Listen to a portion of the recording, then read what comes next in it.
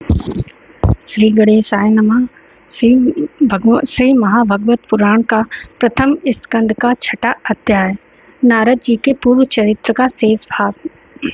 श्री सूत जी कहते हैं, सौनक जी, देवर्षि नारद के जन्म और साधन की बात सुनकर सत्यवती नंदन भगवान श्री वेदव्यास जी ने उनसे फिर ये प्रश्न किया। श्री व्यास जी ने पूछा, नारद जी, जब आपको ज्ञानोपदेश करने वाले महात्मा गण चले गए तब आपने क्या किया? उस समय तो आपकी अवस्था बहुत छोटी थी। स्वयंभू, आपकी शेष आयु किस प्रकार व्यतीत हुई और मृत्यु के समय आपने किस विधि से अपने शरीर का परित्याग किया? देवर्षि, काल तो सभी वस्तुओं को नष्ट कर देता है, उसने आपकी इस पूर्व कल्प की स्मृति को कैसे नाश नहीं किया? श्री नारद जी ने कहा, मुझे ज्ञानोपदेश करने वाले महात्मा गण जब चले गए तब मैंने इस प्रकार अपना जीवन व्यतीत किया। यद्यपि उस समय मेरी अवस्था बहुत छोटी थी। मैं अपनी माँ का इकलौता लड़का था। एक तो वह स्त्री थी, दूसरे मूढ़ और तीसरे दासी थी। मुझे भी उसके सिवा और कोई सहारा नहीं था। उसने अपने को मेरे स्नेह पास में जकड़ रखा था। वह मेरे योग क्षेम की चिंता तो बहुत करती थी, परंतु पराधीन होने के कारण कुछ कर नहीं पाती थी।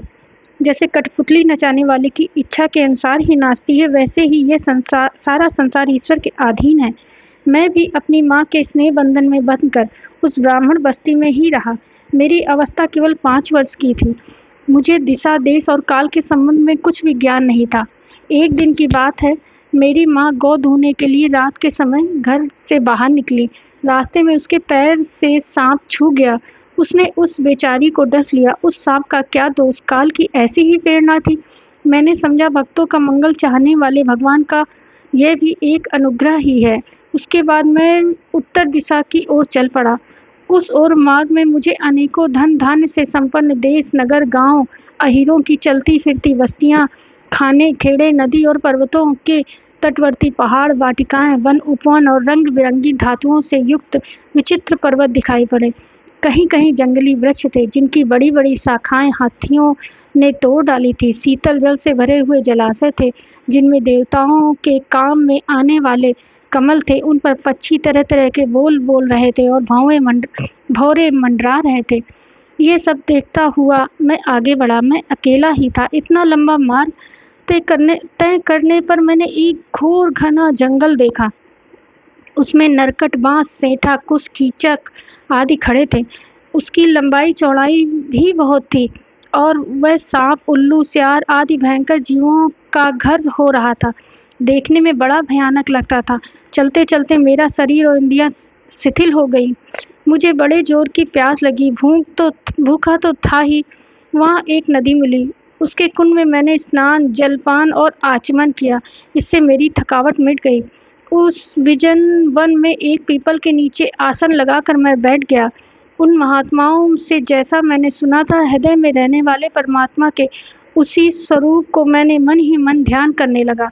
भक्ति भाव से वशीकृत चित्त द्वारा भगवान के चरण कमलों का ध्यान करते ही भगवत प्राप्ति की उत्कट लालसा से मेरे नेत्रों से आंसू छलक आए और हृदय में धीरे धीरे भगवान प्रकट हो गए। व्यास जी, उस समय प्रेम भाव के अत्यंत उद्रेक से मेरा रोम रोम पुलकित हो उठा। हृदय अत्यंत शांत और शीतल हो गया। उस आनंद की बाढ़ में मैं ऐसा डूब गया कि मुझे अपना और ध्येय वस्तु का तनिक भी भान ना रहा। भगवान का वह अनिर्वचनीय रूप समस्त शोकों का नाश करने वाला और मन के लिए अत्यंत लुभावना था। सहसा उसे न देख मैं बहुत ही विकल हो गया और अनमनासा होकर आसन से उठ खड़ा हुआ। मैंने उस स्वरूप का दर्शन फिर करना चाहा, किंतु मन को हृदय में समाहित करके बार बार दर्शन की चेष्टा करने पर भी मैं उसे नहीं देख सका। मैं अतृप्त के समान आतुर होता। इस प्रकार निर्जल मन में मुझे प्रयत्न करते देख स्वयं भगवान ने, जो वाणी के विषय नहीं है, बड़ी गंभीर और मधुर वाणी से मेरे शोक को शांत करते हुए कहा, खेद है कि इस जन्म में तुम मेरा दर्शन नहीं कर सकोगे। जिनकी वासनाएं पूर्णतः शांत नहीं हो गई हैं, उन अधकचरे योगियों को मेरा दर्शन अत्यंत दुर्लभ है। निष्पाप बालक, तुम्हारे हृदय में मुझे प्राप्त करने की लालसा जागृत करने के लिए ही मैंने एक बार तुम्हें अपने रूप की झलक दिखाई है। मुझे प्राप्त करने की आकांक्षा से युक्त साधक धीरे धीरे हृदय की संपूर्ण वासनाओं का भली भांति त्याग कर देता है। अल्पकालीन संत सेवा से ही तुम्हारी चित्तवृत्ति मुझ में स्थिर हो गई है। अब तुम इस प्राकृत मलिन शरीर को छोड़कर मेरे पार्षद हो जाओगे। मुझे प्राप्त करने का तुम्हारा यह दृढ़ निश्चय कभी किसी प्रकार नहीं टूटेगा। समस्त सृष्टि का प्रलय हो जाने पर भी मेरी कृपा से तुम्हें मेरी स्मृति बनी रहेगी। आकाश के समान अव्यक्त सर्वशक्तिमान महान परमात्मा इतना कहकर चुप हो गए। उनकी इस कृपा का अनुभव करके मैंने उन श्रेष्ठ से भी श्रेष्ठतर भगवान को सिर झुकाया, प्रणाम किया। तभी से मैं लज्जा संकोच छोड़कर भगवान के अत्यंत रहस्यमय और मंगलमय मधुर नामों और लीलाओं का कीर्तन और स्मरण करने लगा। स्प्रेह और मदमस्तर मेरे हृदय से पहले ही निर्वृत्त हो चुके थे। अब मैं आनंद से काल की प्रतीक्षा करता हुआ पृथ्वी पर विचरने लगा। व्यास जी, इस प्रकार भगवान की कृपा से मेरा हृदय शुद्ध हो गया, आसक्ति मिट गई और मैं श्री कृष्ण परायण हो गया। कुछ समय बाद जैसे एकाएक बिजली कौंध जाती है, वैसे ही अपने सर पर मेरी मृत्यु आ गई। मुझे शुद्ध भगवत पार्षद शरीर प्राप्त होने का अवसर आने पर प्रारब्ध कर्म समाप्त हो जाने के कारण पंच भौतिक शरीर नष्ट हो गया। कल्प के अंत में जिस समय भगवान नारायण एकार्णों के जल में शयन करते हैं, उस समय उनके हृदय में शयन करने की इच्छा से इस सारी सृष्टि को समेटकर ब्रह्मा जी जब प्रवेश करने लगे, तब उनके श्वास के साथ मैं भी उनके हृदय में प्रवेश कर गया। 1 सहस्त्र चतुर्युगी बीत जाने पर जब ब्रह्मा जगे, उन्होंने सृष्टि करने की इच्छा की, तब उनकी इंद्रियों से मरीच आदि ऋषियों के साथ मैं भी प्रकट हो गया। तभी से मैं भगवान की कृपा से वैकुंठ आदि में और तीनों लोकों में बाहर और भीतर बिना रोक टोक विचरण किया करता हूँ। मेरे जीवन का व्रत भगवत जन अखंड रूप से चलता रहता है। भगवान की दी हुई इस स्वर ब्रह्म से विभूषित वीणा पर तान छेड़कर मैं उनकी लीलाओं का गान करता हुआ सारे संसार में विचरता हूँ। जब मैं उनकी लीलाओं का गान करने लगता हूँ, तब वे प्रभु, जिनके चरण कमल समस्त तीर्थों के उद्गम स्थान है और जिनका यशोगान मुझे बहुत ही प्रिय लगता है, बुलाए हुए की भांति तुरंत मेरे हृदय में आकर दर्शन दे जाते हैं।